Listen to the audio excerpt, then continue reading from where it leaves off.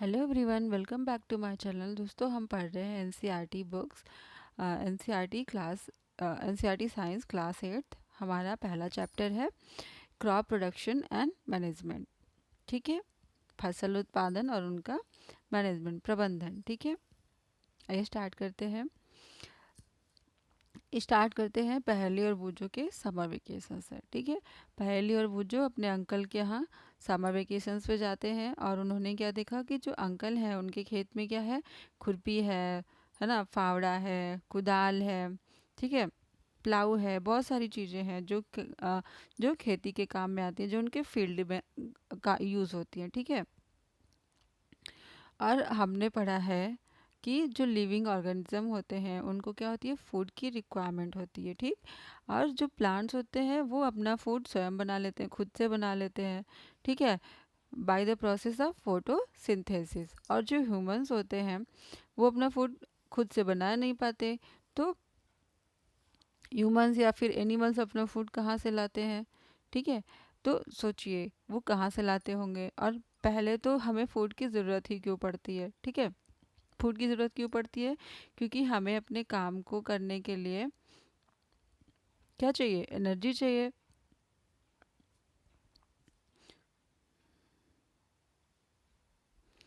और एनर्जी कहाँ से मिलेगी, जब ये फूड हमारी बॉडी में जाएगा और वो यूटिलाइज होगा, डाइजेस्ट होगा। ठीक है, फिर हमें वहाँ से एनर्जी मिलेगी। ठीक है, तो एनिमल्स और ह्यूमंस फूड कैसे गेन करते हैं, कैसे प्राप्त करते हैं, उनको फूड मिलता है प्लांट से और दूसरे एनिमल से या फिर दोनों से। ठीक है, अब पहली कह रही है, बूझो कह रहा है कि हमें फूड की ज़रूरत होती है। ठीक है, और इतने लार्ज नंबर पे, लार्ज स्केल पे लोगों को कंट्री में फूड कैसे प्रोवाइड किया जा सकता है। ठीक है, क्योंकि हम सबको फूड की ज़रूरत होती है और कंट्री में बहुत सारे लोग हैं, तो उनको फूड कैसे प्रोवाइड किया जा सकता है, सबको फूड कैसे दिया जा सकता है। तो पहली कहती है कि सबको फूड देने के लिए क्या होगा, हमें ढेर सारा फूड प्रोड्यूस करना पड़ेगा, है ना, हमें ढेर सारा फूड बनाना पड़ेगा इन लार्ज स्केल। तो हम ढेर सारा फूड कैसे प्रोड्यूस कर पाएंगे, हमें रेगुलर प्रोडक्शन करना पड़ेगा। ठीक है, उसका प्रॉपर मैनेजमेंट करना पड़ेगा और क्या करना पड़ेगा, उसका डिस्ट्रीब्यूशन भी करना पड़ेगा, ताकि जिसको उस फूड की ज़रूरत हो उस तक वो फूड पहुंच पाए। ठीक है, अब ये फूड प्रोडक्शन में कुछ प्रैक्टिसेस होती हैं। ठीक है, एग्रीकल्चर प्रैक्टिसेस, जो खेत में जब हम खेती करते हैं, जब हम फूड को प्रोड्यूस करते हैं, तो उस उनमें कुछ प्रैक्टिसेस होती हैं। ठीक है, जिन्हें हम क्या बोलते हैं, एग्रीकल्चरल प्रैक्टिसेस। ठीक है, देखिए आज के टाइम में क्या होता है कि हम मॉडर्न इक्विपमेंट से, जैसे ट्रैक्टर हो गया हमारे पास, ठीक है, हो गया, उससे हम क्या करते हैं, खेती करते हैं, एग्रीकल्चर करते हैं। ठीक है, लेकिन हम एंशियंट टाइम में लगभग 10,000 BC तक हम लोग जो थे वो क्या करते थे, वो घूमते रहते थे एक जगह से दूसरी जगह, कभी भोजन की तलाश में, कभी शेल्टर की तलाश में। ठीक है, तो वो क्या खाते थे, वो जो जंगलों में घूमते टाइम उन्हें फ्रूट्स मिल गया, है ना, या फिर जो वेजिटेबल्स मिल गई, ठीक, या फिर अगर उन्हें एनिमल्स मिल गए तो वो उन्हें भी हंट करके, उनका शिकार करके अपना भोजन बना लेते थे। ठीक है, लेकिन बाद में धीरे धीरे उन्होंने क्या किया, उन्होंने लैंड को कल्टीवेट करना शुरू किया, वहाँ पे खेती करनी शुरू करी, और क्या किया, उन्होंने राइस प्रोड्यूस किया, वीट प्रोड्यूस किया, और भी बहुत सारी क्रॉप्स जो है उन्होंने प्रोड्यूस किया। तो इस तरीके से जो एग्रीकल्चर है वो लाइट में आया, मतलब एग्रीकल्चर शुरू हुआ। ठीक है, जब plants of the when plants of the same kind are cultivated at one place on a large scale, it is called crop. जब हम क्या करते हैं, एक ही तरह की क्रॉप को, एक ही तरह के प्लांट्स को लार्ज स्केल पे प्रोड्यूस करते हैं, कल्टीवेट करते हैं, तो हम इसे क्या कहते हैं, हम इसे क्रॉप कहते हैं। ठीक है, for example, crop of wheat means that all the plants grow in a field are that of wheat। मतलब क्रॉप ऑफ वीट का मतलब कि जो खेत है उसमें एक ही तरह के प्लांट उगाए जा रहे हैं और वो क्या है, वो वीट के प्लांट्स हैं, तो उसको हम क्या बोलते हैं, वो वीट की क्रॉप है। ठीक है।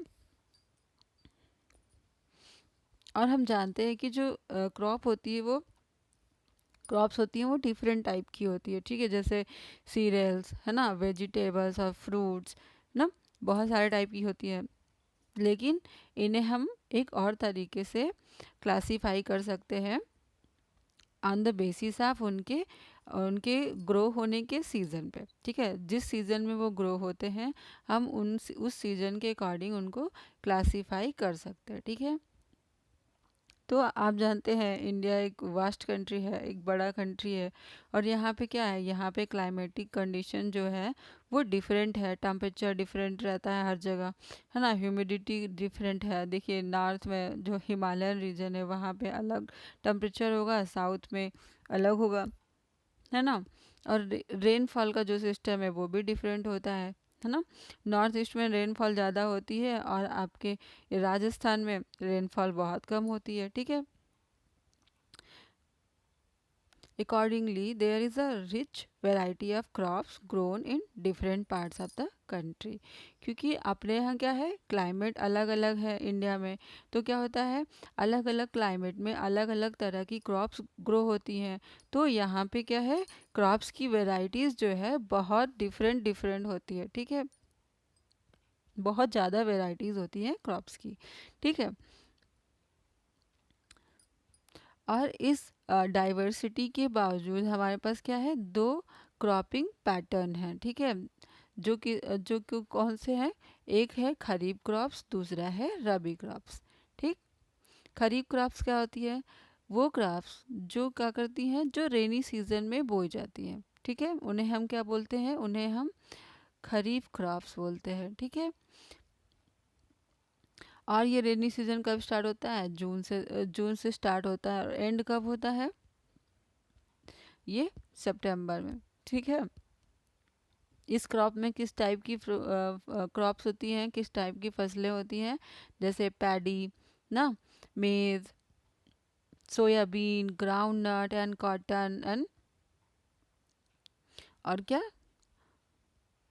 और भी बहुत सारी चीज़ें जो क्या है, जो है खरीफ क्रॉप्स है। ठीक है।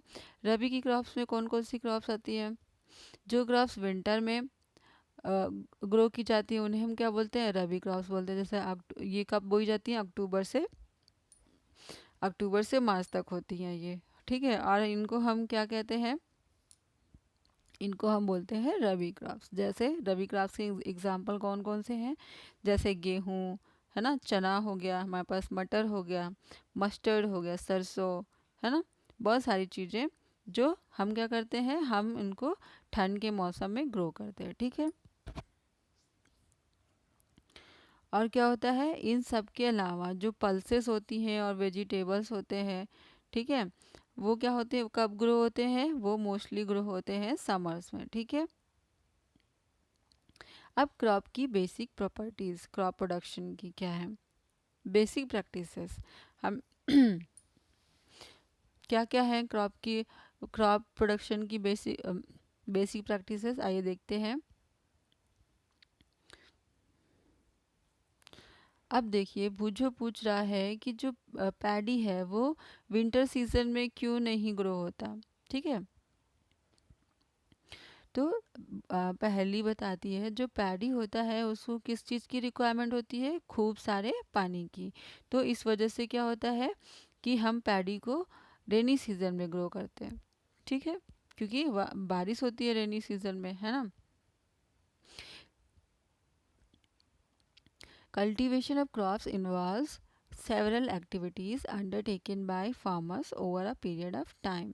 ठीक है, जो फार्मर्स होते हैं वो क्या करते हैं, बहुत सारी एक्टिविटीज करते हैं, है ना, अपने क्रॉप्स को उगाने के लिए। ठीक है। और ये कैसी कैसी एक्टिविटीज है, जैसे हम अपने घर के गार्डन में करते हैं, जब हम किसी प्लांट को ग्रो करते हैं तो हम पहले क्या करते हैं, पहले गमले में मिट्टी, अच्छी मिट्टी बनाते हैं, उसको मिट्टी को भरते हैं, फिर उसमें क्या करते हैं, प्लांट को लगाते हैं, फिर उसको सींचते हैं, है ना, फिर उसमें पेस्टिसाइड डालते हैं या फिर कुछ मेन्योर डालते हैं, है ना, ताकि वो अच्छे से ग्रो कर पाए। तो इसी तरीके से एग्रीकल्चर प्रैक्टिस भी होती है। ठीक है, आइए देखते हैं एग्रीकल्चर प्रैक्टिसेस की पूरी लिस्ट कौन कौन सी है। ठीक है, ये है प्रिपरेशन ऑफ सॉइल। हम सबसे पहले क्या करते हैं, सॉइल को प्रिपेयर करते हैं, फिर हम उसमें बीज डालते हैं, है ना, उसको बो देते हैं बीज को। फिर अब उसमें मैन्योर और फर्टिलाइज़र ऐड करते हैं, इरिगेशन करते हैं, और उसको क्या करते हैं, हम उसको खरपतवार से, अनवांटेड प्लांट से उसको बचाते हैं, जैसे वीड से। ठीक है, फिर हम उसको क्या करते हैं, जब वो क्रॉप मैच्योर हो जाती है तो हम उसको हार्वेस्ट कर लेते हैं। ठीक है, इसे क्या बोलते हैं, इसे हार्वेस्टिंग बोलते हैं। अब हार्वेस्ट करने के बाद हम उस प्लांट में से उसके दाने को निकाल लेते हैं, उसके बीज को निकाल लेते हैं। फिर हम क्या करते हैं, हम उनका स्टोरेज करते हैं। ठीक है, हम उनको स्टोर करते हैं अच्छी तरीके से। ठीक है, ये सारा क्या था, ये सब प्रोसेस था, प्रैक्टिसेस थी, एग्रीकल्चरल प्रैक्टिसेस। ठीक है, अब पहला पहली प्रैक्टिस देखते हैं, उसको कैसे परफॉर्म करते हैं फार्मर्स। ठीक है, प्रिपरेशन ऑफ सॉइल। हम सॉइल को प्रिपेयर क्यों करते हैं, ये जो सॉइल प्रिपरेशन है ये क्या है, ये क्रॉप ग्रो करने का पहला स्टेप है। ठीक है, और ये सबसे इम्पॉर्टेंट टास्क है एग्रीकल्चर का। ठीक, अगर सॉइल अच्छी होगी तो क्या होगा, अच्छी क्रॉप उगेगी। ठीक है, और जब हम सॉइल को लूज रखते हैं, ठीक है, तो वो क्या करता है, वो प्लांट्स को ग्रो करने में हेल्प करता है। इसीलिए हमें सॉइल को अच्छी तरीके से प्रिपेयर करना बहुत ज़रूरी होता है। ठीक है, और जब सॉइल लूज होती है तो ये क्या करती है, ये प्लांट्स के रूट्स को अलाउ करती है कि वो अ, उनकी जड़ें काफ़ी नीचे तक जाएं, अंदर तक जाएं, और क्या करें, वो जो जितनी उनको न्यूट्रिशन की रिक्वायरमेंट है या फिर उनको वाटर की रिक्वायरमेंट है, वो अपना अपनी रिक्वायरमेंट को फुलफिल करें, कंप्लीट करें। ठीक है, और ये क्या करती है, ये लूज सॉइल ये क्या करती है, रूट्स को ब्रीथ करने में हेल्प करती है। ठीक है, और इन लूज सॉइल में क्या होता है, इन लूज सॉइल में अर्थवर्म ग्रो करते हैं, माइक्रोब्स प्रेजेंट होते हैं। ठीक है, और ये अर्थवर्म्स और माइक्रोब्स क्या करते हैं, ये जो है ये फार्मर के फ्रेंड होते हैं, और वो क्या करते हैं, वो जो सॉइल होती है उसमें ह्यूमस को ऐड करते हैं। ठीक है, लेकिन अब आप सोचिए इस सॉइल को लूज करने की ज़रूरत क्या है।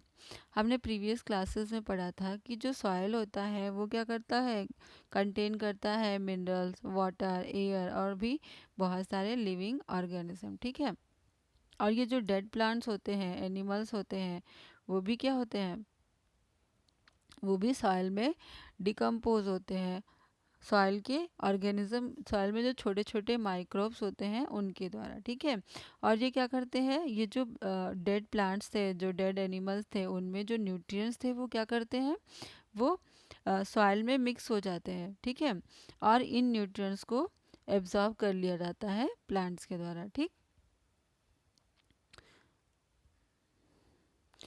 लेकिन जो सॉइल होती है उसकी जो थोड़ी सी कुछ सेंटीमीटर की जो लेयर होती है ऊपर की, वो क्या करती है, वो प्लांट को ग्रो करने में हेल्प करती है। ठीक है, वो सपोर्ट करती है प्लांट्स को ग्रो करने में। ठीक, और जब हम उसको टर्निंग और लूजनिंग करते हैं सॉइल की, तो वो क्या होता है, वो जो न्यूट्रिएंट्स होते हैं वो क्या होते हैं, वो टॉप पे आ जाते हैं, और जिससे क्या होता है, प्लांट जो है उनको यूज़ कर पाते हैं उन न्यूट्रिएंट्स को। ठीक है, आपने देखा होगा खेत की जुताई होती है तो क्या होता है, जो उनके अंदर न्यूट्रिएंट्स होते हैं वो ऊपर आ जाते हैं, और वो प्लांट्स के लिए हेल्दी होते हैं, हेल्प करते हैं प्लांट्स के। ठीक है, इसलिए क्या होता है, जो टर्निंग और लूजनिंग का प्रोसेस है सॉइल का, वो बहुत इम्पॉर्टेंट होता है। ठीक है, और इस प्रोसेस को, टर्निंग और लूजनिंग के प्रोसेस को हम क्या कहते हैं, हम टिलिंग या प्लाउइंग कहते हैं। ठीक है, this is done by using plough. हम प्लाउ के यूज से इसको करते हैं, है ना। और प्लाउ कैसे बने होते हैं, इस फिगर में देखिए प्लाउ कैसे बनता है। प्लाउ बनता है हम कुछ दो बैल या फिर किसी भी दो एनिमल को लगा दें, जैसे हॉर्स की हेल्प ले लें या फिर ऊँट की हेल्प ले लें, ठीक है। और उनके नेक पे इस तरह की बीम रख दें और इस बीम पे क्या बांध दें, हम प्लाउ शाफ्ट को बांध दें, ठीक है। प्लाउ शाफ्ट ये जो ऐसे जा रहा है पीछे, और इसमें क्या होता है, इसमें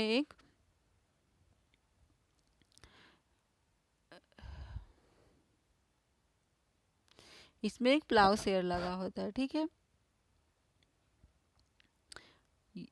ये जो नीचे का पार्ट है, ये इसको हम क्या बोलते हैं, इसको हम प्लाउ शेयर बोलते हैं, ठीक है।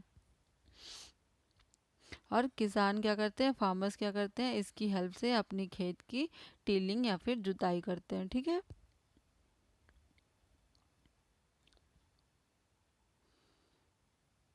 कभी कभी क्या होता है कि जो मिट्टी होती है उसमें बड़े बड़े क्लम्स होते हैं, बड़े बड़े मिट्टी के थक्के होते हैं ना, बड़े बड़े मिट्टी के ऐसे पत्थर जैसे बन जाते हैं, टाइट हो जाते हैं, तो उनको क्या होता है, उनको हम क्या करते हैं,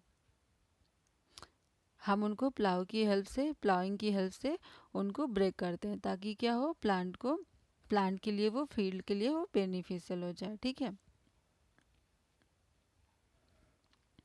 और हम क्या करते हैं, हम प्लाइंग के द्वारा हम फील्ड को लेवलिंग करते हैं, ठीक है। फील्ड की लेवलिंग करते हैं मतलब पूरे फील्ड को एक लेवल में बनाते हैं, ताकि क्या हो, जब हम उसमें पानी डालें तो क्या हो, पानी सब जगह बराबर फैले, ठीक है।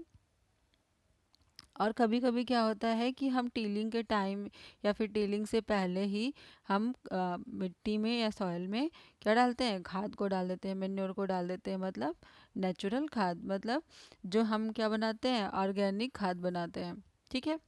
उसको कब डालते हैं, या तो हम उसको सॉइल को पहले से मिक्स कर देते हैं या फिर टीलिंग के टाइम मिक्स करते हैं, ठीक है। ये क्या करता है, ये जो है मैन्योर, वो क्या करता है, वो सॉइल की हेल्प करता है प्रॉपर उसको, उसमें नमी भरने के लिए, ठीक है। और उसमें बीज बोने और बीज बोने से पहले क्या होती है, सॉइल नमी, उसमें नमी रहती है, ठीक है। अब एग्रीकल्चर इक्विपमेंट इम्प्लीमेंट्स को देखते हैं, एग्रीकल्चरल इम्प्लीमेंट्स, ठीक है। जब हम सीड्स को बोते हैं, ठीक है, उसके पहले क्या होता है कि हमें सॉइल में जितने क्लम्स हैं उनको क्या कर लेना चाहिए, ब्रेक कर लेना चाहिए, ठीक है, जो क्या होगा, बेटर होगा, ये बेटर यील्ड्स के लिए, ठीक। और ये कैसे होता है, ये होता है वेरियस टूल की हेल्प से, ठीक है। The main tools use for this purpose are the plough, hoe and cultivator. हम किसका यूज़ करते हैं, प्लाउ, हो और कल्टीवेटर का। प्लाउ तो हमने देख लिया कैसा होता है, ठीक है। किसान से इसके हेल्प से फार्मर जो है खेत को क्या करते हैं, प्लाइंग करके उसकी लूजनिंग करते हैं, ठीक है, टिलिंग करते हैं, ठीक। अब हम देखते हैं हो को। ये जो है, ये एक सिंपल टूल है जो क्या होता है, जो खेतों से वीड्स को रिमूव करने में और सॉइल को लूज करने में या फिर सॉइल की जुताई करने में यूज़ होता है, ठीक है। इसमें क्या होता है, इसमें एक लंबी रॉड या फिर लकड़ी का एक हत्था होता है, ठीक है। और क्या होता है, एक चौड़ा सा स्ट्रॉन्ग सा प्लेट होता है इसमें आयरन की, ठीक है, जिससे हम क्या करते हैं, जिससे हम खेत की जुताई करते हैं with the help of animals, ठीक है। अब देखते हैं कल्टीवेटर। कल्टीवेटर क्या होते हैं, आजकल क्या होता है, प्लॉइंग के लिए ट्रैक्टर से चलने वाले कल्टीवेटर का यूज़ होता है, ठीक है। ये है कल्टीवेटर, जो किससे चलता है, ट्रैक्टर के साथ चलता है, ठीक है। और ये जो ट्रैक्टर है, ये जो कल्टीवेटर है, इसको यूज़ करने से क्या होता है, हमारा टाइम भी बचता है और हमारी लेबर भी बच जाती है। क्योंकि क्या होता है, जब हम प्लाव का यूज़ करते हैं तो हमें ढेर सारा लेबर फोर्स लगाना पड़ता है, ढेर सारे लोगों को एक साथ काम करना पड़ता है, तो उतना ही प्लाव, उतने ही सॉइल को सही करने के लिए हमें ढेर सारे लोगों की ज़रूरत पड़ती है और टाइम भी बहुत लगता है ना। अब आते हैं सोइंग के ऊपर, हम बीज को बोते कैसे हैं, ठीक है। ये जो सोइंग होता है, ये जो है इम्पॉर्टेंट पार्ट होता है क्रॉप प्रोडक्शन का, ठीक है। और बीज को बोने से पहले हमें क्या करना चाहिए, हमें हेल्दी और क्लीन क्रॉप्स को, क्लीन सीड्स को हमें वेरीफाई कर लेना चाहिए कि वो जो हम सीड बो रहे हैं सॉइल में, वो अच्छी प्रकार का है या नहीं है, हेल्दी है या नहीं है, ठीक है। तो क्योंकि क्या होता है कि हमें हाई यील्ड चाहिए होती, खेत में ज़्यादा प्रोडक्शन चाहिए होता है, ठीक है। तो अच्छे किस्म का बीज होगा तभी अच्छी प्रोडक्शन होगी, है ना। तो इसके लिए आप क्या कर सकते हैं किसान क्या करते हैं, वो क्या करते हैं, वो बीज को पानी में डाल देते हैं, तो उसमें से क्या होता है कि जो भारी बीज होते हैं वो पानी में नीचे रह जाते हैं, और जो हल्के बीज होते हैं वो तैरने लग जाते हैं। अब हल्के बीज तैरते क्यों हैं, क्योंकि क्या होता है कि जब हम स्टोरेज कर रहे जब हम स्टोरेज के टाइम बीज रख रहे होते हैं, तो उसके पहले कुछ बीज डैमेज रहते हैं, ठीक है, और वो क्या हो जाते हैं, वो अंदर से खोखले हो जाते हैं। तो जब हम उनको पानी में डालते हैं तो वो पानी के ऊपर तैरने लग जाते हैं, ठीक है। और ये एक अच्छा मेथड है बीज को सेपरेट करने का, अच्छे बीज को और हेल्दी बीज को और डैमेज बीज को हम आसानी से अलग कर पाते हैं, ठीक है।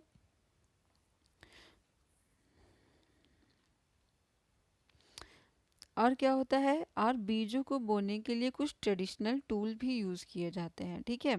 और उसमें से एक टूल कुछ इस प्रकार का होता है, ये फनल टाइप की कुछ सेफ होती है, ठीक है। और उसमें क्या होता है, नीचे से एक पाइप लगी होती है, हम इस फनल में सीड्स को डालते हैं और वो पाइप के थ्रू नीचे चली जाती है। और ये फनल का जो एज हो, जो फनल का एंड होता है वो शार्प होता है, तो उससे क्या होता है, जब सॉइल मिट्टी में जाता है, तो जब सीड्स नीचे पहुंचता है, तो क्या होता है, उसके आसपास मिट्टी जम जाती है और वो सीड जो है ढक जाता है, ठीक है। इस तरीके से क्या होता है, सीड की बुआई हो जाती है, सोइंग हो जाती है, ठीक है। और मॉडर्न जो इक्विपमेंट है उसमें क्या है, उसमें देखिए, ये फिगर देखिए, इसमें क्या है, ये कुछ मशीन जैसा लग रहा है ना। तो ये ट्रैक्टर से चलने वाला मशीन है, जिसे हम क्या बोलते हैं, सीड ड्रिल बोलते हैं, ठीक है। ये क्या करता है, ये भी हेल्प करता है बीजों को बोने में, ठीक है।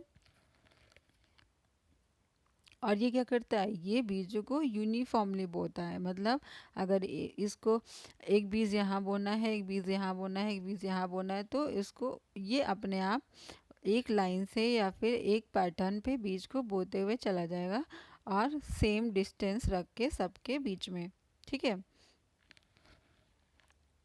ठीक। और ये इंश्योर करता है कि जो वो सीड बो रहा है मिट्टी में, वो क्या हो जाए, वो मिट्टी से ढक जाए, ठीक है। तो इससे क्या होगा, इससे ये होगा कि जब मिट्टी में ऊपर बीज दिखेंगे, तो उसको बर्ड्स या फिर दूसरे जीव खा जाएंगे, है ना। तो जब उसको वो मिट्टी में ढक देता है तो वो दिखता नहीं, तो वो उनके खाने से बच जाता है, ठीक है। और इसका यूज़ करके जब हम बोते हैं बीज को, तो क्या होता है, हमारा टाइम और लेबर दोनों बचता है, क्योंकि ये मशीन है, और मशीन क्या होती है, फास्ट चलती है, फास्ट काम करती है इन कंपैरिजन टू ह्यूमन, ठीक है।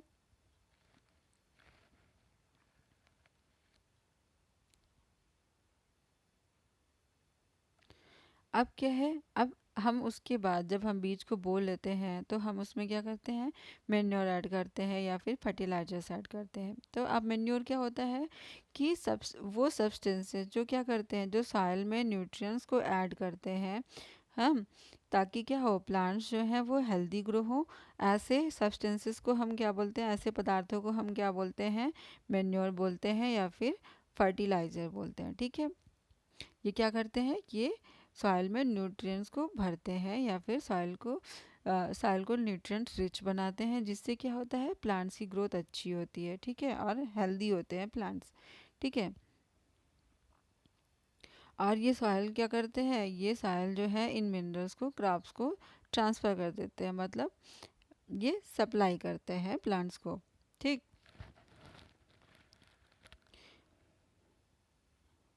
कुछ एरिया में क्या होता है, फार्मर क्रॉप ग्रो करते हैं, लेकिन वो एक के बाद एक प्लांट्स क्रॉप्स लगाते रहते हैं, ठीक है। एक ही फील्ड में एक के बाद एक लगाते रहते हैं, और क्या करते हैं, कभी भी उस फील्ड को बिना क्रॉप के नहीं छोड़ते, या फिर अनकल्टिवेटेड नहीं छोड़ते, ठीक है, या फिर फर्ती नहीं छोड़ते। तो वो सॉइल क्या होती है, वो उस सॉइल में न्यूट्रिएंट्स जो है कम हो जाते हैं, ठीक है, क्योंकि बार बार हम उसमें प्लांट लगा रहे हैं और मिट्टी से सारे न्यूट्रिएंट्स जो है प्लांट एब्जॉर्ब कर ले रहा है। तो अगर हम कई बार लगाते रहेंगे फिर और उसमें मैन्योर नहीं डालेंगे तो क्या होगा, उसमें न्यूट्रिएंट्स ख़त्म हो जाएंगे, ठीक है। तो हम उनको न्यूट्रिएंट्स भरने के लिए हम क्या करते हैं, उनमें मैन्योर्स डालते हैं। फार्मर्स जो क्या करते हैं, उनमें मैन्योर्स डालते हैं, और मैन्योर क्या करते हैं, उस फील्ड को फिर से न्यूट्रिएंट्स से भर देते हैं, ठीक है।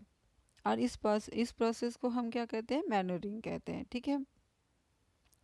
लेकिन कभी कभी क्या होता है कि लोग उसमें इम्प्रॉपर तरीके से या फिर इनसफिशिएंट मात्रा में, अ, ये कम मात्रा में या फिर बहुत ज़्यादा मात्रा में मैन्योर डाल देते हैं, तो उसका रिजल्ट क्या होता है, उसका रिजल्ट होता है या तो प्लांट्स खराब हो जाते हैं या फिर बहुत वीक रह जाते हैं, ठीक।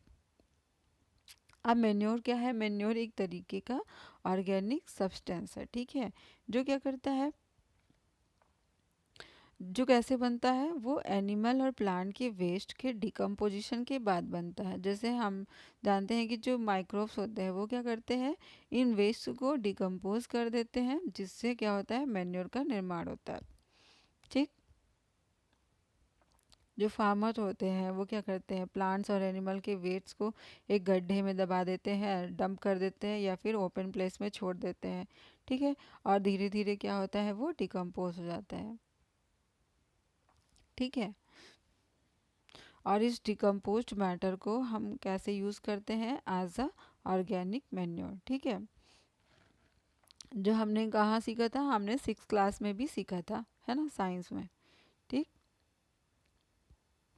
यहाँ पे कुछ एक्टिविटी है, देखो 2 बच्चियाँ बैठी हुई हैं, ठीक है। ये क्या कर रही हैं, ये 3 जार लेके उनमें मार्किंग कर ले रही हैं, ABC, ठीक है। अब उनमें क्या कर रही हैं, अलग अलग मिट्टी, तीन हिस्से में मिट्टी ले रही हैं, जिनमें से एक में क्या कर रही हैं, एक में इन्होंने डाल रखा है मैन्योर को, ठीक है, जिसको उन्होंने जार A में भरा, और दूसरे वाले में इन्होंने डाला अमोनिया को, यूरिया को, ठीक है, जो क्या है, फर्टिलाइज़र है, ठीक।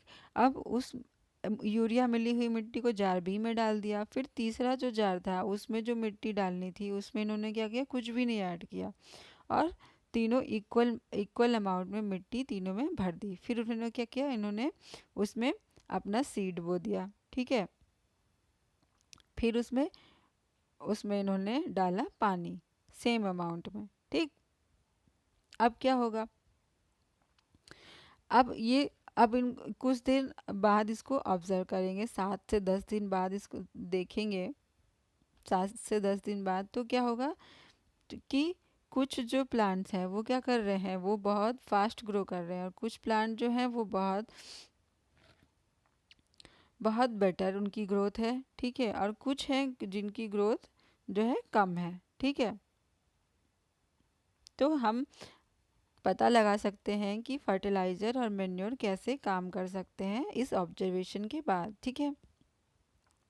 अब फर्टिलाइज़र्स क्या होते हैं, फर्टिलाइज़र्स जो होते हैं वो केमिकल्स होते हैं, जो जिनमें क्या होता है, जिनमें न्यूट्रिएंट्स बहुत अधिक होता है, ठीक है। ये क्या होते हैं, फर्टिलाइज़र्स रिच होते हैं इन न्यूट्रिएंट्स, ठीक है। लेकिन उनमें सारे न्यूट्रिएंट्स नहीं होते, कुछ कुछ होते हैं, कुछ पर्टिकुलर न्यूट्रिएंट्स होते हैं, ठीक। और ये क्या होते हैं, ये मैन्योर से थोड़े से डिफरेंट होते हैं। और ये फर्टिलाइजर्स क्या होते हैं, ये फैक्ट्री में प्रोड्यूस होते हैं, ठीक। और फर्टिलाइजर्स के कुछ एग्जांपल कौन कौन से हैं, जैसे यूरिया, अमोनियम सल्फेट, और super phosphate, potash, NPK, NPK मतलब नाइट्रोजन, फास्फोरस और पोटेशियम का एक मिक्सचर, ठीक है। ये सब क्या होते हैं, ये एज द फर्टिलाइजर यूज किए जाते हैं, ठीक है। कहाँ बनते हैं, फैक्ट्रीज में बनते हैं, ठीक। और ये क्या होते हैं, ये कुछ पर्टिकुलर टाइप के न्यूट्रिएंट्स को कैरी करते हैं, ठीक है।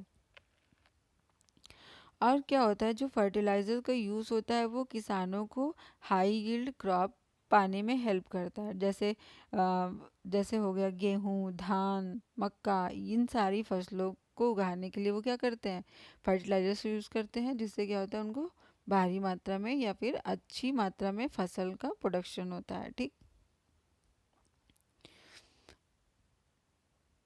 और लेकिन एक प्रॉब्लम है कि जब हम एक्सेसिव यूज़ करते हैं इन फर्टिलाइजर्स का, तो ये क्या करते हैं, ये सॉइल को लेस फर्टाइल बना देते हैं। ठीक है। और क्या होता है कि ये जो सॉइल है, ये जो फर्टिलाइजर्स हैं, ये क्या हो जाते हैं, ये वाटर पोल्यूशन की सोर्स हो जाते हैं। ठीक है। और इसलिए क्या होता है कि हमें क्या करना चाहिए, फर्टिलाइजर्स को मेंटेन करना चाहिए सॉइल में। और उसके लिए हम क्या कर सकते हैं, उसके लिए हम कर सकते हैं कि हमें इनका सब्स्टिट्यूट यूज़ करें। जैसे हम मैन्योर यूज़ कर सकते हैं, ऑर्गेनिक मैन्योर। और फिर क्या कर सकते हैं, हम फील्ड को कुछ टाइम के लिए अनकल्टिवेटेड छोड़ दें या फिर परती छोड़ दें, जिससे क्या होगा, वो अपने न्यूट्रिएंट्स को फिर से भर पाएँ। ठीक है। तो मैन्योर का ये जो यूज़ करते हैं हम खेतों में, तो ये क्या करता है, ये सॉइल के टेक्सचर्स को इम्प्रूव करता है। ठीक है। और इसमें क्या होती है, इसमें होती है वाटर रिटेनिंग कैपेसिटी। ठीक है। ये क्या करता है, सॉइल के वाटर कैपेसिटी को बढ़ा देता है, वाटर रिटेनिंग कैपेसिटी को, ताकि मतलब उसमें प्लांट्स जो मिट्टी है उनमें क्या है, पानी देर तक ठहरता है। ठीक है। और ये क्या करता है, ये सॉइल को जो है न्यूट्रिएंट से भरता है। ठीक। और सॉइल में न्यूट्रिएंट्स डालने के और दूसरा तरीका क्या है कि हम क्रॉप रोटेशन को फॉलो करें। ठीक है। और ये कैसे होता है, हम क्रॉप रोटेशन को फॉलो करने का मतलब है कि हम खेतों में जो है अल्टरनेट पैटर्न पे, जैसे हमने अभी गेहूँ लगाया, फिर हमने दूसरी फसल बो दी, धान बो दिया, फिर उसके बाद हमने उसमें पल्सेस बो दिए। ठीक है। इस तरीके से हम क्रॉप को रोटेट करके क्रॉप को बदल बदल के लगाएं, तो हम क्या कर सकते हैं, हम सॉइल को न्यूट्रिएंट्स दे सकते हैं। ठीक है।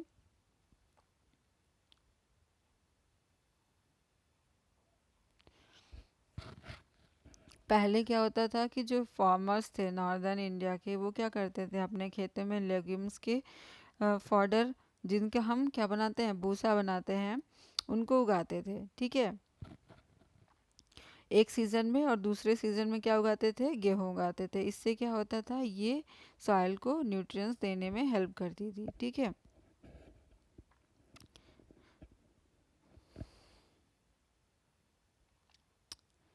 और हमने प्रीवियस क्लासेस में पढ़ा था कि जो राइजोबियम होता है वो क्या है, बैक्टीरिया है ना। ये क्या करता है, ये ल्यूकिमिनस जो प्लांट्स होते हैं उनकी क्या होता है, उनकी जड़ों पे ये रहता है। ठीक है। और ये क्या करता है, जो एटमॉस्फेयर में नाइट्रोजन होता है उसको एब्जॉर्ब करता है और मिट्टी में, सॉइल में उनको फिक्स करता है। ठीक है। जहाँ से क्या होता है, सॉइल में फिक्स करने के बाद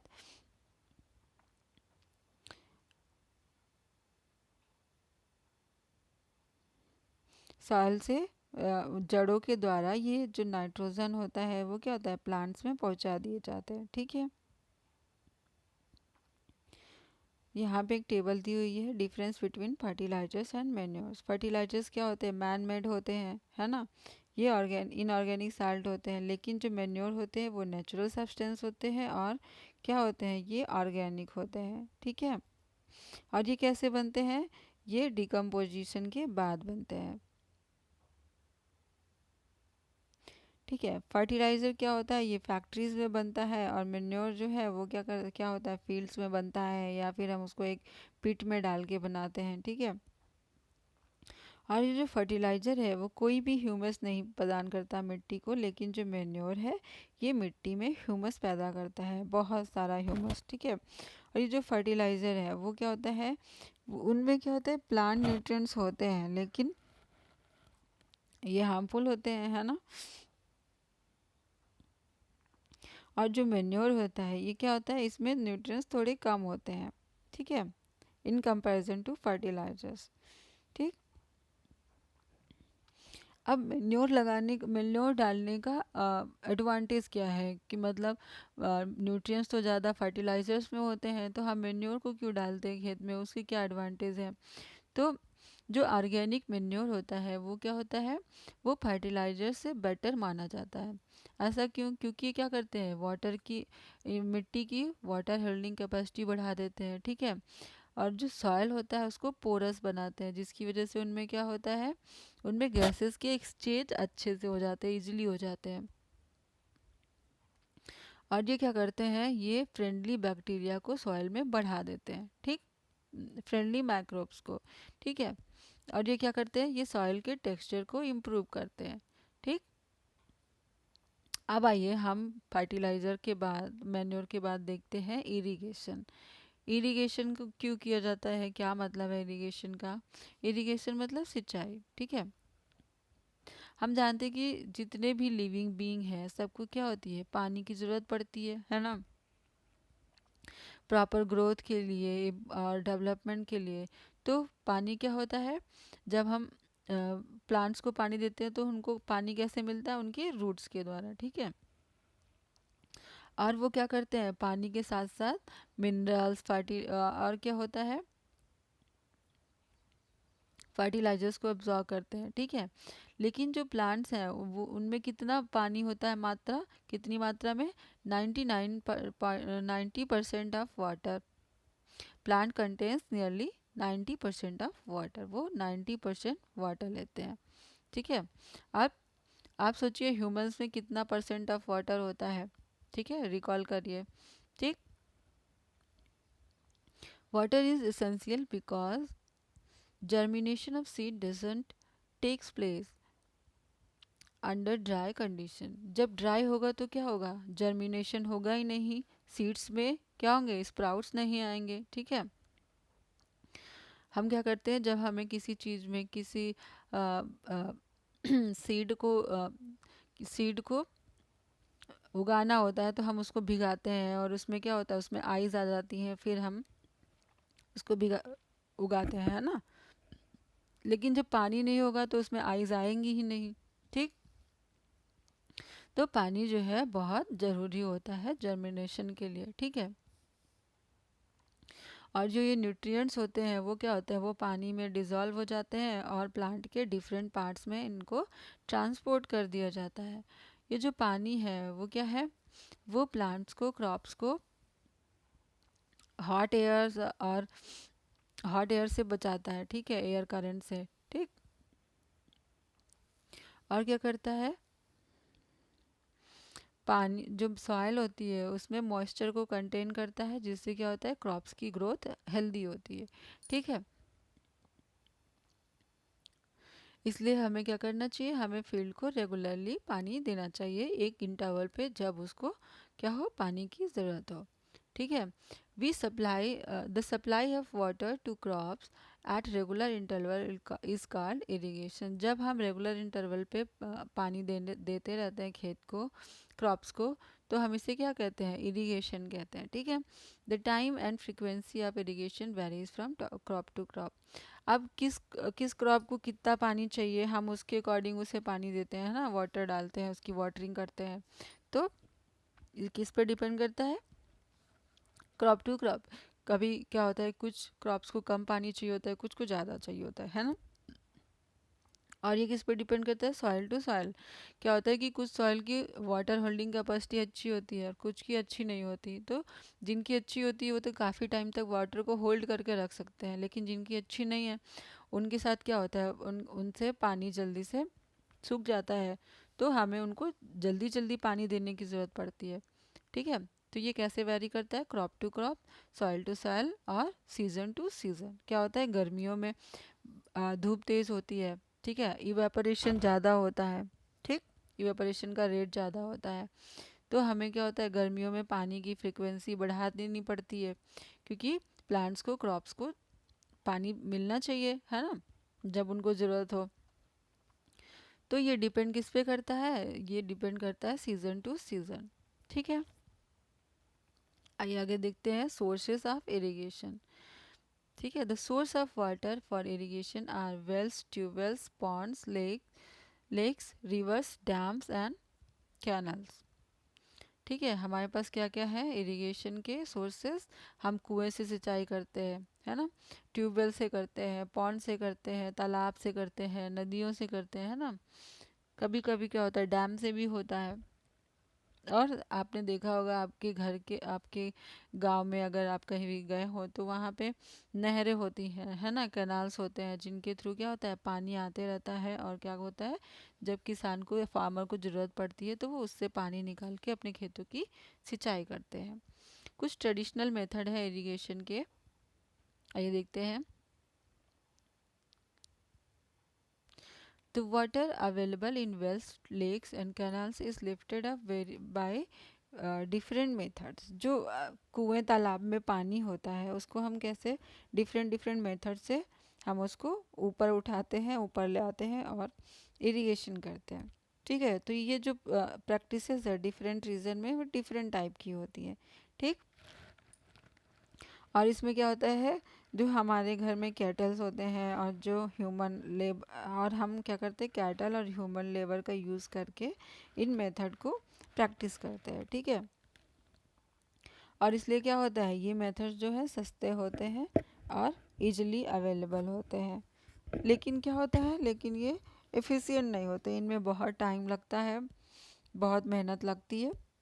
ठीक है, तो इस टाइप के कुछ ट्रेडिशनल मेथड हैं जिनका नाम है, आइए फिगर में देखते हैं कौन कौन से मेथड है।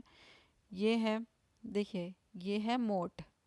ठीक है, पुराने समय में ऐसे यूज़ होते थे, अब भी यूज़ होते हैं कहीं कहीं, जिसे हम क्या बोलते हैं पुल्ली सिस्टम। यहाँ पे एक पुल्ली लगी होती है और इससे क्या होता है इस बर्तन को कुएं में डाल देते हैं और वो क्या होता है इधर से कोई खींचता है, चाहे वो गाय खींचे, कोई भी कैटल इसको खींचती है दूर ले जाती है, तो क्या होता है ये पानी भर के ऊपर आ जाता है ना। तो क्या होता है हमें पानी मिल जाता है, फिर उसको क्या होता है गिराया जाता है और वो पानी नाली के थ्रू कहाँ जाता है खेत में जाता है। ठीक है, दूसरा है चेन पंप। ठीक है, एक चेन लगा होता है, चेन जैसा कुछ होता है और यहाँ पे ऐसे क्या होता है चक्कर सा लगा होता है, जिसमें क्या होता है एक बर्तन लगा होता है जो क्या करता है ऐसे घूमता है नीचे जाता है, फिर यहाँ से कुएं से पानी भरता है, फिर ऊपर आता है, फिर इस पानी को ऐसे गिरा के फिर नीचे जाता है, फिर ऐसे ऐसे ये एक चक्कर ऐसे लगाते रहता है चेन में बंद होके। तो इस मेथड को हम क्या कहते हैं चेन मेथड, है ना, चेन पंप। ठीक है, अब तीसरा मेथड क्या है, तीसरा मेथड है ढेकली। ठीक है, इसमें इसमें भी ये भी कुएं तालाब में यूज़ हो सकता है। ठीक है, देखिए ये फार्मर जो है परफॉर्म कर रहा है, पानी निकाल रहा है कुएं से कुछ इस तरीके से। और चौथा मेथड क्या है रहट।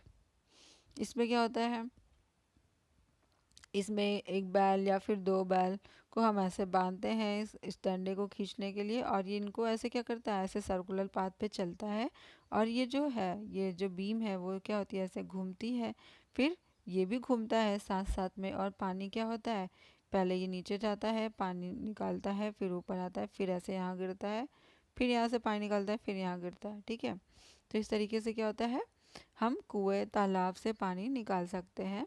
ये सब उनको निकालने के क्या है ट्रेडिशनल मेथड है, पुराने मेथड है, परंपरागत मेथड है।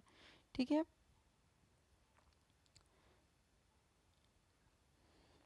लेकिन जो पंप्स होते हैं जो कुएं में पंप्स लगे होते हैं उनको अ, उनसे पानी निकालने के लिए हम क्या करते हैं, उनसे पानी निकालने के लिए हम डीजल बायोगैस इलेक्ट्रिसिटी इन सब का यूज़ करते हैं ना। उनकी हेल्प से क्या होता है उनमें मशीन लगा के हम क्या करते हैं पानी को ऊपर ले आते हैं पंप के द्वारा और खेतों की सिंचाई करते हैं। अब मॉडर्न मेथड क्या है इरिगेशन के।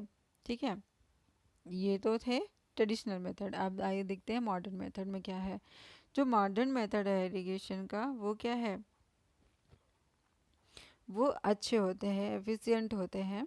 ठीक है, उनमें से कुछ है मेन, जैसे स्प्रिंकलर सिस्टम। ठीक है, this system is more useful on the uneven land where sufficient water is not available। क्या होता है कि कुछ एरिया ऐसे होते हैं जो प्लेन नहीं होते ना, अनइवन होते हैं, कहीं ऊंचा है कहीं नीचा है, फिर कहीं ऊंचा है फिर नीचा है। तो वहाँ पे क्या करेंगे, हम पानी को, इरिगेशन को अच्छे तरीके से नहीं कर पाएंगे। कहीं पे पानी पहुँचेगा, जो नीचा भाग है वो डूब जाएगा, जो ऊपर का भाग है वहाँ पे पानी पहुँचेगा ही नहीं, जो उठा हुआ है। तो हम क्या करते हैं, कुछ इस तरीके की अरेंजमेंट करते हैं। ठीक है, ये एक वेल होता है, ठीक है, कुआं। उसमें हम क्या लगाते हैं, एक मशीन लगाते हैं और उसमें पाइप को ऐड करते हैं। ठीक है, और इस पाइप को यहाँ पे क्या ऐसे ग्रिड जैसा जोड़ देते हैं। ठीक है, एक पैटर्न पे, ठीक, ऐसे ऐसे पाइप जोड़ते हैं। ठीक है, दूसरी पाइप को इस रो में जोड़ते हैं ऐसे। और इनके टॉप जो है, टॉप पे क्या होता है, एक नोजल लगा होता है जो क्या करता है, जो घूमता है। और उसमें क्या होता है कि जब हम इसको ऑन करते हैं तो ये पानी पंप से होके आता है और इनमें प्रेशर के साथ ऊपर उठता है और ये फुहारे की तरह निकलता है। ठीक है, तो क्या होता है, सारे प्लांट्स को पानी मिल जाता है इन नोजल के रोटेशन के बाद। ठीक है,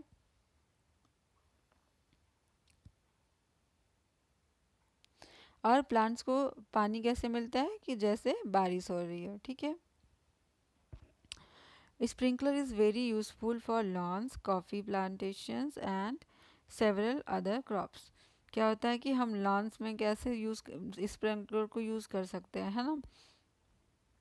और क्या कर सकते हैं हम, कॉफ़ी के प्लांटेशन में भी इसको यूज़ कर सकते हैं। ठीक, आइए देखते हैं दूसरा मेथड क्या है, ड्रिप सिस्टम। इसमें क्या होता है, इस सिस्टम में हम क्या करते हैं, इस सिस्टम में जो पानी है वो क्या होता है, ड्रॉप बाय ड्रॉप जड़ों के, पौधों के जड़ों के पास गिरता है। ठीक है, इसलिए हम इसको क्या बोलते हैं, इसलिए इसको हम बोलते हैं ड्रिप सिस्टम। ठीक है, और ये क्या है, ये एक बेस्ट टेक्निक है फलों को, प्लांट्स को गार्डन में पानी देने के लिए। ठीक है, इसमें क्या होता है, पानी वेस्ट नहीं होता, जित जहाँ पे ज़रूरत होती है बस वहीं पे गिरता है। ठीक है, और ये उन जगहों पे अच्छे से, मतलब उन जगहों के लिए वरदान है जहाँ पे क्या होता है, पानी बहुत कम अवेलेबल होता है। ठीक है, ताकि पानी बिल्कुल भी वेस्ट ना हो।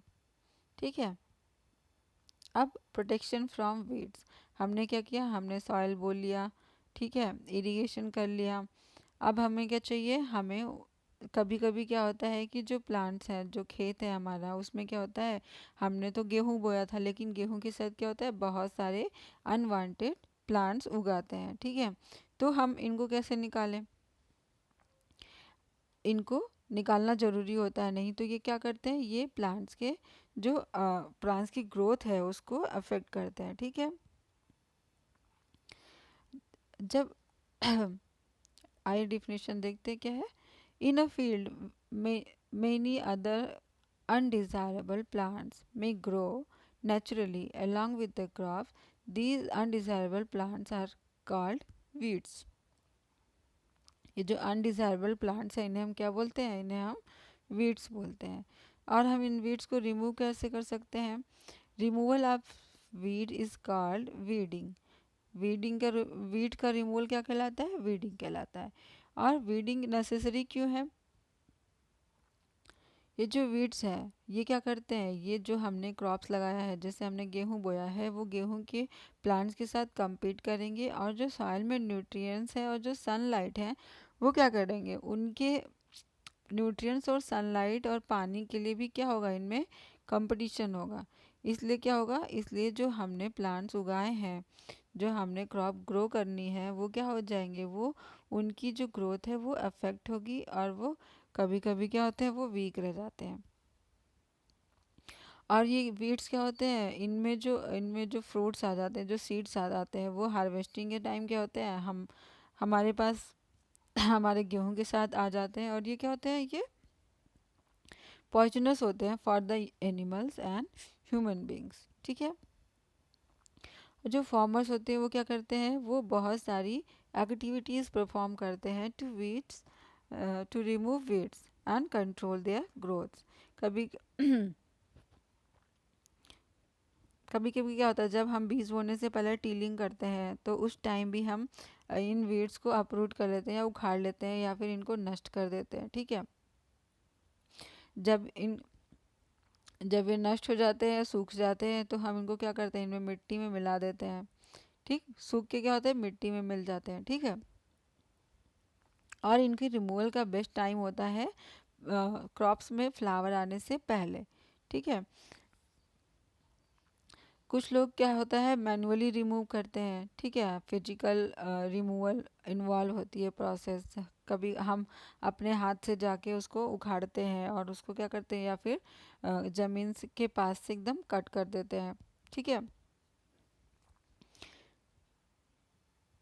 और ये कैसे होता है, ये विद द हेल्प ऑफ खुरपी होता है। देखा था ना आपने, बूझा और पहली ने अपने अंकल के यहाँ क्या देखा था, खुरपी देखा था। ठीक है, और सीड ड्रिल जो होते हैं वो भी क्या करते हैं, वो भी इनको अपरूट करने में यूज़ किए जाते हैं। और ये जो वीड्स है, ये क्या होते हैं, इनको हम एक और तरीके से कंट्रोल कर सकते हैं, इनमें कुछ केमिकल्स को डाल के, जिन्हें हम क्या कहते हैं, उन केमिकल्स को, उन्हें हम बोलते हैं वीडीसाइड्स। जैसे उनका नाम है like 2,4-D। These are spread in the field. इन्हें हम क्या करते हैं, स्प्रे करते हैं फील्ड में, ताकि क्या हो, वीड्स जो है मर जाए।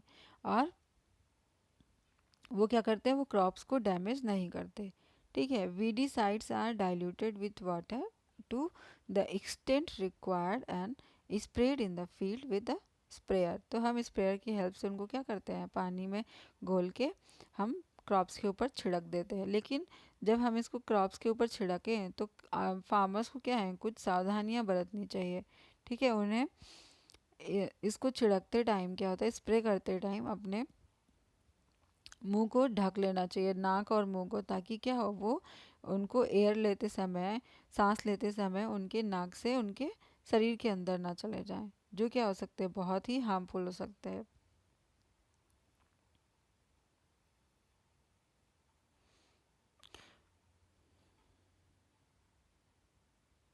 ठीक है, आइए देखते हैं हार्वेस्टिंग। जब हमने क्रॉप को बोया, सींचा, है ना, 3-4 महीने बाद क्या होती है, क्रॉप जो है वो हो जाती है मैच्योर। फिर हम उसको क्या करते हैं, कट करते हैं, और इसी प्रोसेस को हम बोलते हैं हार्वेस्टिंग। ठीक है, the cutting of crops after it is mature is called harvesting. In harvesting, crops are pulled out or cut close to the ground. It usually takes 3 to 4 months for a cereal crops to mature. जो cereal crops होते हैं उनको mature होने में कितना time लगता है, 3 से 4 महीने। ठीक है, और जो हमारी कंट्री है उसमें क्या होता है, हार्वेस्टिंग कैसे होती है, या तो मैनुअली होती है या फिर मशीन से होती है। ठीक है,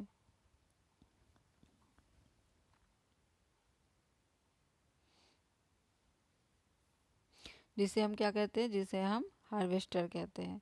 ठीक है, और ये जो हार्वेस्टेड क्रॉप्स होती हैं, इनमें क्या होते हैं, हम ग्रेन सीड्स को, इनको हम ग्रेन सीड्स को इनके कप से अलग करते हैं, मतलब इनके जो पौधे होते हैं उनसे अलग करते हैं। ठीक है, इस प्रोसेस को क्या हम बोलते हैं, थ्रेसिंग बोलते हैं। ठीक है, और ये जो प्रोसेस होता है वो मशीन के द्वारा होता है। ठीक, जैसे ये एक मशीन है कंबाइन। ठीक है, ये क्या करती है, ये हार्वेस्टर का भी काम करती है और थ्रेसिंग का भी काम करती है। मतलब ये फसल की कटाई भी करती है और उसकी थ्रेसिंग भी करती है, जिससे क्या होता है, जो फसल, जो क्रॉप के पौधे थे वो अलग हो गए और उनका जो सीड था वो अलग हो गया। ठीक है, अब आइए देखते हैं हार्वेस्ट फेस्टिवल के बारे में।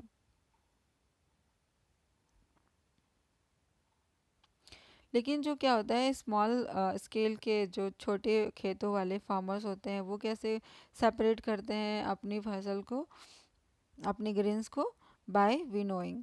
ठीक है, जो हमने पढ़ा था क्लास 6 में। अब देखिए कुछ फेस्टिवल्स होते हैं, हार्वेस्ट फेस्टिवल। देखिए क्या होता है कि 3-4 महीने मेहनत करने के बाद, हार्ड वर्क के बाद जो फार्मर्स होते हैं, ठीक है, उनको एक अच्छा सा दृश्य दिखाई देने लगता है कि भाई अब हमारी फसल पक गई है, मैच्योर हो गई, हमने उसको काट लिया है, ठीक है, हमने उसकी मड़ाई कर ली है, थ्रेसिंग कर ली है, अब हम क्रॉप को अपने घर ला लिए हैं। तो अब क्या होगा कि हमारी जो सारी प्रॉब्लम्स हैं वो सॉल्व हो सकती है, उनको ऐसी फीलिंग आती है, ठीक है। तो उनका जो हार्ट है वो बहुत खुशी से भर जाते हैं, ठीक, कि उन्होंने जो इतने दिन मेहनत करी, ठीक है, उसका फल उनको मिल रहा है, ठीक है। और वो क्या होते हैं, थोड़े से रिलैक्स हो जाते हैं, थोड़े से एंजॉय, थोड़ा सा एंजॉय करते हैं, ठीक है, ठीक। और सभी आदमी, औरत, बच्चे, बूढ़े सब क्या करते हैं, इसको सेलिब्रेट करते हैं, इस फीलिंग्स को, ठीक है, अपनी खुशी को सेलिब्रेट करते हैं, ठीक। तो ये जो स्पेशल फेस्टिवल है ये किससे जुड़ा है, ये हार्वेस्टिंग से जुड़ा है, हार्वेस्ट से जुड़ा है, ठीक है। जैसे ऐसे कौन कौन से फेस्टिवल हैं जो हार्वेस्टिंग से जुड़े हैं, जैसे पोंगल साउथ में है ना, बैसाखी पंजाब में ना, होली, दिवाली, नाबन्या और बिहू, ठीक है। ये सारे फेस्टिवल कब मनाए जाते हैं, जब फसल की कटाई होती है, ठीक है। अब स्टोरेज, हमने फसल को काट लिया, अब हम उसको स्टोर कैसे करेंगे।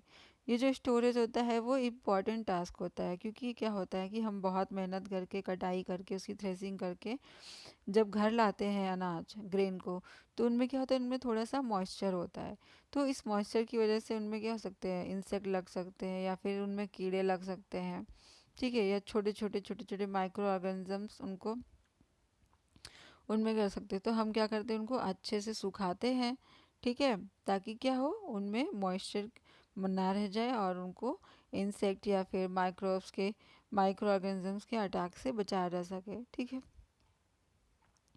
तो क्या होता है, हम उनको स्टोर करने से पहले उनको अच्छी तरीके से सुखाते हैं सनलाइट में, ठीक है। ये क्या होता है, ये उनको बैक्टीरिया, इंसेक्ट्स, ये इन सब के अटैक से बचाने के लिए हम उसमें क्या कर सकते हैं, पेस्ट डाल सकते हैं।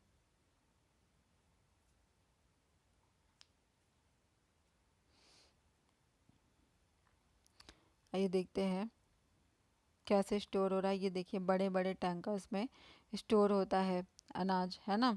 और यहाँ पे वेयर हाउसेस में स्टोरेज बना के रखते हैं, है ना, ग्रेनरीज बना के, बड़ी बड़ी सी ग्रेनरीज होती हैं जिनमें क्या होता है, बोरे में भर के अनाज को स्टोर किया जाता है, ठीक है। फार्मर्स क्या करते हैं, ग्रेन को जूट के बैग्स में भर के मेटालिक्स या फिर मेटालिक्स बिन्स में डाल देते हैं, ठीक है। और ये जो लार्ज स्केल पे स्टोरेज होता है सिलोस में और ग्रेनरीज में, ये क्या करते हैं, इनमें जो है क्रॉप्स की प्रोडक्शन के लिए क्या करते हैं। आइए देखते हैं आगे। Dried neem leaves are used for storing good grains at home, food grains at home. जब हम घर में फूड ग्रेन्स को स्टोर करते हैं तो हम उसमें क्या डालते हैं, उसमें हम सूखी नीम की पत्तियां डालते हैं, ठीक है। और जब हम लार्ज क्वांटिटी में ग्रेन्स को स्टोर करते हैं बिग गोडाउंस में या फिर, तो उनके साथ हम क्या करते हैं, उनके साथ हम केमिकल ट्रीटमेंट्स करते हैं, जो कि क्या होते हैं, रिक्वायर्ड होते हैं उन ग्रेन्स को प्रोटेक्ट करने के लिए। उन केमिकल्स को ऐड करने के बाद क्या होता है, जो माइक्रो ऑर्गेनिजम्स होते हैं और जो पेस्ट होते हैं वो उस ग्रेन में नहीं लगते, ठीक है। अब जो फूड है, हमने देखा फूड तो हमें क्रॉप से मिल रहा है ना, लेकिन कुछ फूड हमें क्या होता है, एनिमल से मिलता है, प्लांट के अलावा, ठीक है। जैसे मिल्क, मिल्क हमें कहाँ से मिलता है, काव से, बफेलो से, गोट से, ठीक है, कैमल से, ठीक। मीट, लोग मछली खाते हैं, है ना, बहुत सारे एनिमल्स को खा जाते हैं, ठीक है। तो बहुत सारे सोर्सेज हैं फूड के, एनिमल्स से जो हमें मिलते हैं, ठीक है।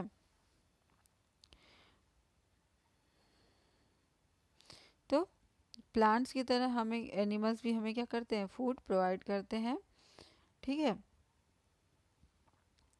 और कई लोग क्या होते हैं जो कोस्टल एरियाज में रहते हैं, वो क्या करते हैं, वो फिशेस खाते हैं। ठीक है। In the previous classes you have learned about the food that we obtain from plants, है ना। हमने सीखा था कि हमें प्लांट से क्या क्या मिलता है। और हमने क्या देखा, हमने देखा कि जो ये प्लांट्स होते हैं उनको क्या होता है, उगाया जाता है, number of steps practices follow करी जाती हैं, है ना। तो जैसे वीट का सीड का सिलेक्शन, उनको बोना, फिर उनको कट करना, है ना, हार्वेस्टिंग करना। तो इसी तरीके से क्या होता है, एनिमल्स को भी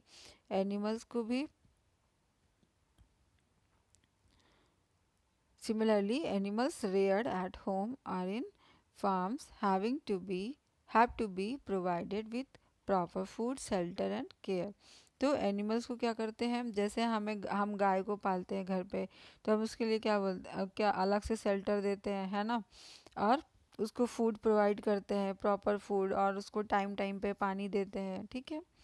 तो और जब बड़े पैमाने पर लार्ज स्केल पे एनिमल्स को पाला जाता है, ऐसे एनिमल्स को ख्याल रखा जाता है, तो उसे हम क्या बोलते हैं, एनिमल हस्बेंड्री। ठीक है दोस्तों, हमारा चैप्टर समाप्त हुआ। मिलते हैं अगले चैप्टर में, तब तक के लिए बाय बाय। आपको हमारा वीडियो कैसा लगा कमेंट सेक्शन में बताइएगा। Thank you very much for discussion.